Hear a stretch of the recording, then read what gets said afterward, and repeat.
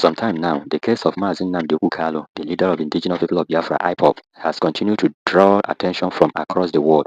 His recent decision to represent himself in court has brought mixed reactions and raised serious questions about the direction of his trial.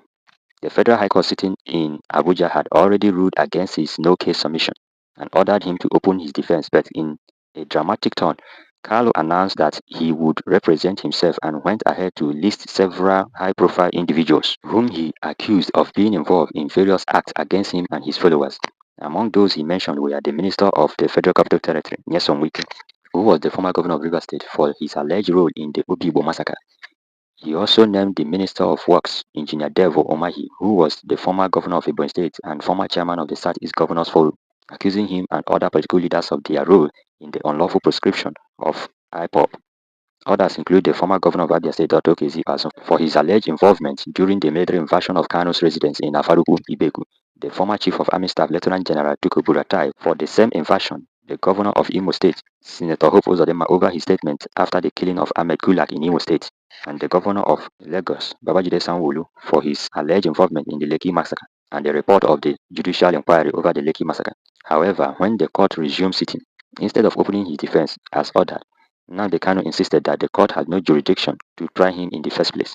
This sudden move surprised many observers. Some people believe that Kanu might be walking into danger without knowing it, while others think he is simply confused about his legal direction. A human rights lawyer, Inyebile Effiong, Esquire, reacted to the development and described Kanu's decision as high-risk strategy. According to Effiong, since the court had already rejected his no-case submission, the IPOB leader had only two legal choices left: to open his defense or to rest his case on the evidence presented by the prosecution. By refusing to do either, Effiong said Kanu was taking a major gamble that could backfire. But another public commentator, Enyetie Gospelite Bassi, strongly disagreed with Effiong's analysis. He argued that Kanu's latest decision was not a sign of confusion but a deliberate constitutional move. According to him, Kanu's approach was based on the argument that the Nigerian government had no legal ground to prosecute him. Bassi explained that the statement Kanu was accused of making were broadcast from the United Kingdom, a country where such speech was not considered a crime. He also pointed out that the transmitter allegedly used was never operated in Nigeria and that the dissemination of the broadcast was done through international platform not covered by Nigerian cybercrime law at that time. Bassi further reminded the public that the Court of Appeal had earlier ruled that Kanu's extraordinary rendition from Kenya to Nigeria violated both the international law and Nigeria's own constitution.